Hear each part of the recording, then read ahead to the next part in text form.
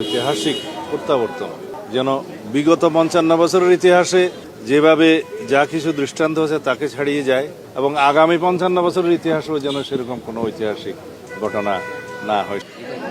সংশ্লিষ্ট যে কয়েকজন আছে, আমরা সিকিউরিটি টিমের প্রধান সহ ব্রিগেডিয়ার সান সহ সরেজমিনে বিমানবন্দরে যেখানে তিনি অবতরণ করবেন সেই জায়গা থেকে কিভাবে কোথায় বসবেন এবং গাড়িতে উঠবেন এবং সমস্ত রাস্তা যে দিক দিয়ে উনি এবার কেয়ার হসপিটালে যাবেন, ওখান থেকে বাসায় আসবেন এবং অন্যান্য অনুষ্ঠান আমরা যেটা করতে চাচ্ছি সেটা সময় মতো আপনাদেরকে জানাবো। সেগুলো সরেজমিনে আমরা একটু পরিদর্শন করে এবং সংশ্লিষ্ট সকল কর্তৃপক্ষের সাথে একটু সমন্বয় করতে গিয়েছিলাম।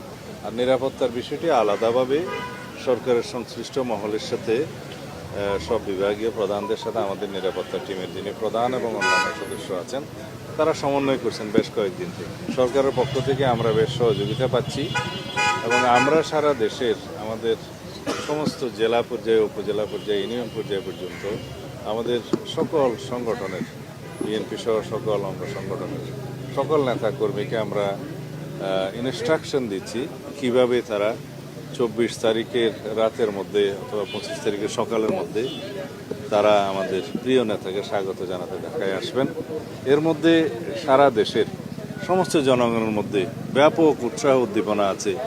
দীর্ঘ ১৭ বছরের কষ্টের নির্বাসিত জীবন শেষে আমাদের এদেশের গণতন্ত্রের রক্ষা কবচ, আমাদের আগামী দিনের, আগামীর বাংলাদেশের যিনি নেতৃত্ব দেবেন ইনশাআল্লাহ, তাকে এক নজর দেখার জন্য আমরা গণতন্ত্র অবমুক্ত করতে পেরেছি। ফ্যাসিবাদের বিরুদ্ধে সংগ্রাম করতে করতে এই ফ্যাসিবাদ বিরোধী রাজনৈতিক সংগ্রাম, গণতান্ত্রিক সংগ্রামের সুদীর্ঘ ১৬-১৭ বছর তিনি নেতৃত্ব দিয়েছেন আমাদের। তো সুতরাং আমরা চাই যেন তার এই ঐতিহাসিক প্রত্যাবর্তন যেন বিগত ৫৫ বছরের ইতিহাসে যেভাবে যা কিছু দৃষ্টান্ত হয়েছে তাকে ছাড়িয়ে যায় এবং আগামী ৫৫ বছরের ইতিহাসও যেন সেরকম কোনো ঐতিহাসিক ঘটনা না হয়, সেরকম একটা আমরা স্মরণীয় করে রাখার জন্যই আমাদের সমস্ত আয়োজন হচ্ছে। আশা করি সারা দেশের মানুষের জন্য অপেক্ষা করছে। আপনাদের সকলের সহযোগিতা প্রয়োজন। আমরা সময় মতো দেশের সকল media, electronic, print media, online media সহ সকলের সাথে এবং বিদেশি মিডিয়াও যারা এখানে কর্মরত আছে, কার্যকর আছে, তাদের সকলের সাথে কথা বলবো। আপনারা জানতে পারবেন। আমরা একটু নকশাগুলো চূড়ান্ত করি।